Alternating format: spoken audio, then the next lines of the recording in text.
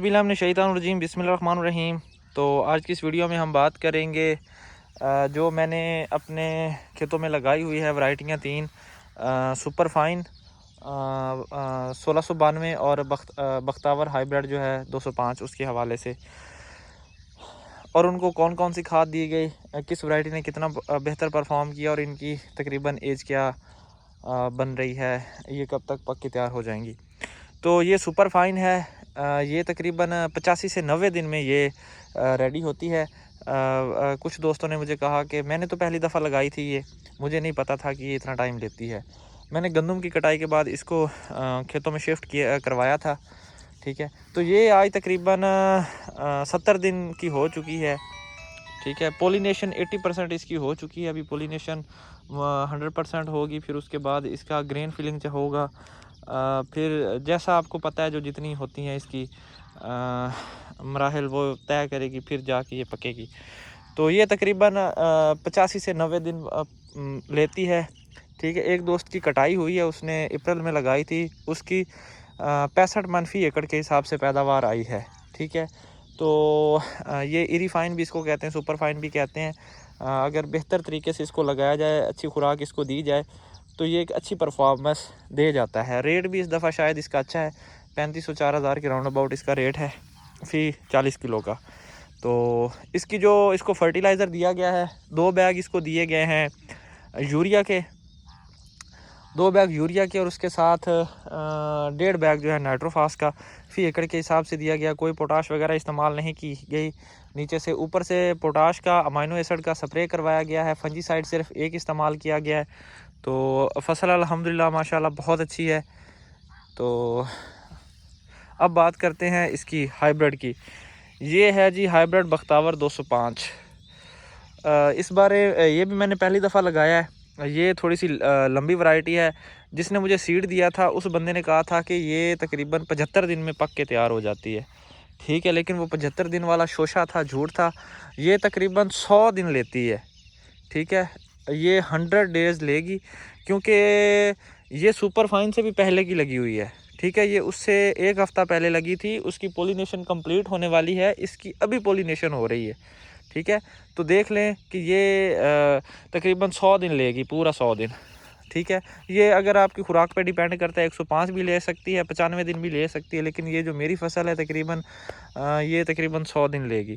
तो सिट्टा तो इसका काफ़ी ज़्यादा लेंथी है। अब देखेंगे इसकी पैदावार कितनी आती है। कंपनी तो क्लेम करती है कि ये 80+ आता है। देखेंगे कि अब ये कितनी पैदावार देता है। बाकी इसको जो खुराक दी गई है, 3 बैग नाइट्रोफास फी एकड़ के हिसाब से और 4 बैग जो है यूरिया फी एकड़ के हिसाब से, 7 बैग इसको दिए गए हैं। कोई पोटाश नहीं डाली गई है। इसके ऊपर भी सेम फार्मूला फंजीसाइड किया गया है, उसके साथ अमाइनो एसिड, बोरान और बायफेंथ्रीन का स्प्रे करवाया गया है।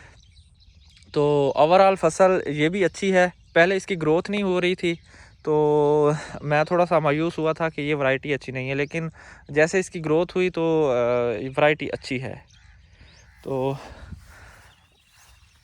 ये है सुपर फाइन। और अगला जो है वो है, अब मैं आपको 1692 दिखा देता हूँ। वो उस वैरायटी ने इन दोनों वैरायटीज़ की निस्बत कम टाइम लिया है, ठीक है। वो अब उसकी ग्रेन फिलिंग जो है वो तकरीबन मुकम्मल होने वाली है। 1 हफ़्ते बाद उसकी कटाई भी मुमकिन है मौसम के हिसाब से। ये हाइब्रिड है, ये भी फसल अच्छी है। ये है जी 1692। देखें इसकी कंडीशन।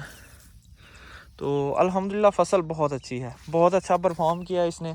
लोगों ने जिस तरह से शोशे छोड़े हुए थे कि ये वैरायटी अच्छी नहीं है, ख़राब हो गई है, ये हो गया, तो वो एक प्रोपोगंडा था।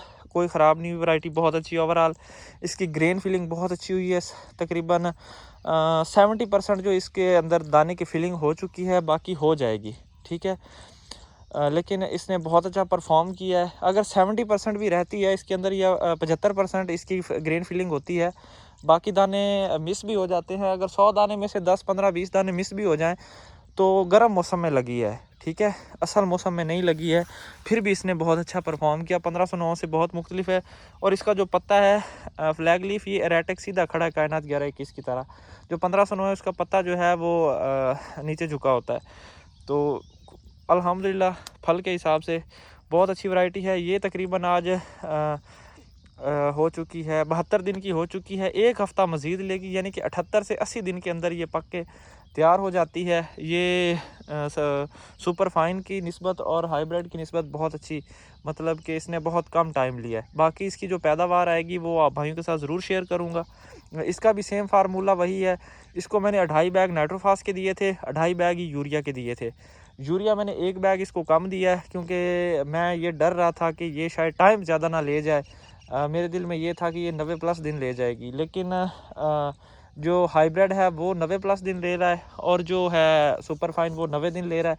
ये जो है ये तकरीबन 78 दिन के अंदर अंदर इंशाल्लाह, ये 80 दिन के अंदर अंदर इसकी जो है कटाई वो हो जाएगी, मुमकिन है।